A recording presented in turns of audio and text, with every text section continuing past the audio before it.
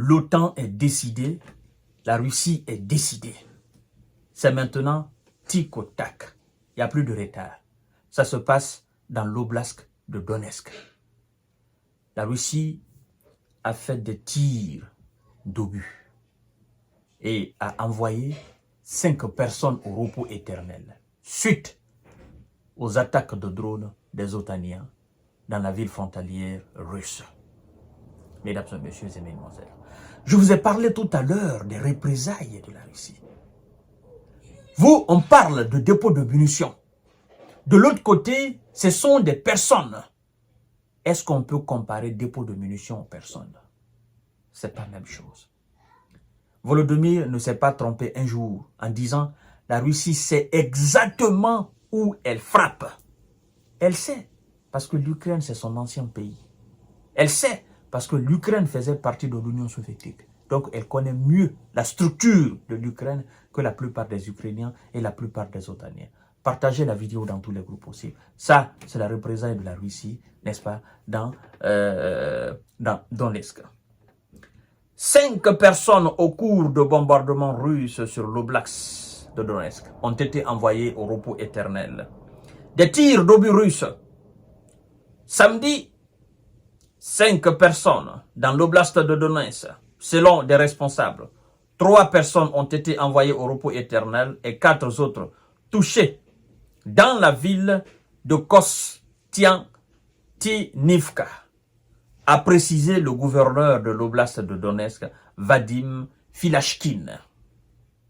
Tandis que 2 hommes d'une 50aine d'années ont été amenés au repos éternel dans un bombardement près de la ville de Toretsk, à environ 20 km au sud-est. Vadim Filashkin a affirmé dans un message publié sur Telegram que 3 hommes de 24 à 69 ans avaient été envoyés au repos éternel et qu'un immeuble de plusieurs étages, n'est-ce pas, de plusieurs étages, un bâtiment administratif et un magasin avaient été endommagés lors de l'attaque contre la ville de Kostiantynivka.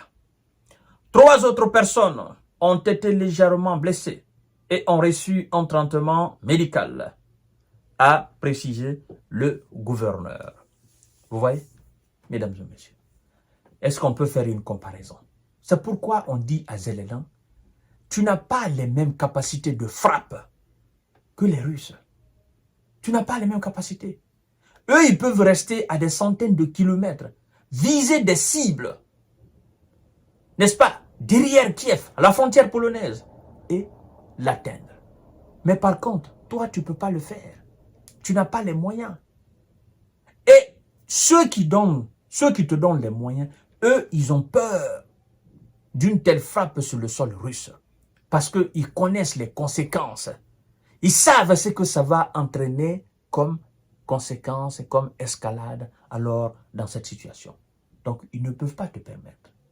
Et la seule manière pour toi de ne pas continuer à enregistrer effectivement voilà, vous voyez ce que je veux dire, des gens envoyés au repos éternel, la seule manière pour toi de ne pas assister à cela, c'est de ne pas tenter d'envoyer des missiles, que ce soit courte portée ou longue portée, ou des drones d'attaque dans les régions russes.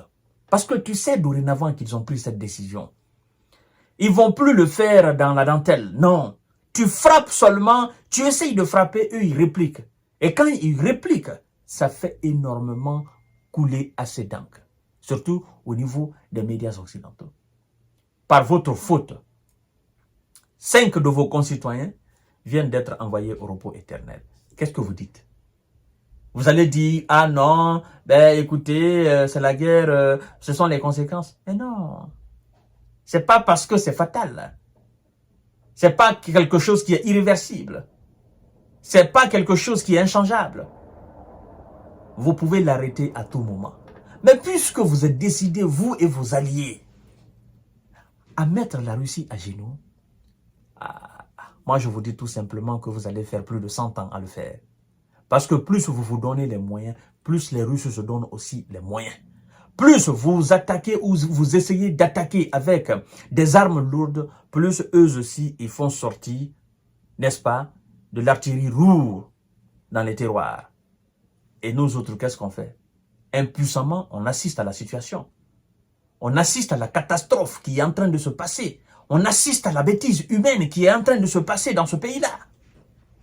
Mesdames et messieurs et mesdemoiselles, quoi qu'on dise, en tant que ces gens ne comprennent pas que la solution, ce n'est pas les armes, ben, nous allons continuer toujours à en parler. Ce que la Russie fait, nous allons parler. Ce que l'Ukraine fait, nous allons parler. Ce que les Otaniens font, nous allons parler. De toutes les façons, nous savons que l'Ukraine ne fait absolument rien. Hein? L'Ukraine est prise en otage par les Occidentaux. Tout ce qui est fait sur le terrain ukrainien, ce sont les Occidentaux qui donnent des injonctions. Ce sont eux qui donnent les coordonnées. Hein? Les opérations de grande envergure, qui est-ce qui donne les coordonnées satellitaires? Ce sont les Occidentaux. Ce sont eux qui planifient. Mais on dit souvent que quel que soit le temps mis par la vérité, un jour viendra où elle va apparaître. Le mensonge a beau durer, le mensonge a beau triompher. Le jour que la vérité fera sortir sa tête, le mensonge tombera définitivement. Je vous donne rendez-vous tout à l'heure pour notre série d'informations de décortiquage. C'est la représailles de la Russie. Nous l'abordons avec un cœur meurtri parce qu'à chaque fois que nous attendons que des gens ont été envoyés au repos éternel, nous autres, ça nous fait mal. Moi, je vous dis, les munitions, les chars, les blindés, les avions, ça ne me fait ni chaud ni froid parce que c'est nous qui les fabriquons. Mais ce n'est pas nous qui avons la capacité de fabriquer des hommes. Les âmes des hommes ne nous appartiennent pas. Une fois qu'ils sont partis, nous ne pouvons plus les faire revenir. Par contre, les avions, les chars, nous pouvons les reconstruire. Nous pouvons rééquiper nos armées. Mais en termes humains, on ne peut pas. Partagez la vidéo dans tous les groupes aussi pour sensibiliser plus de personnes. Et à tout à l'heure pour notre série d'informations de décortiquage. Merci beaucoup.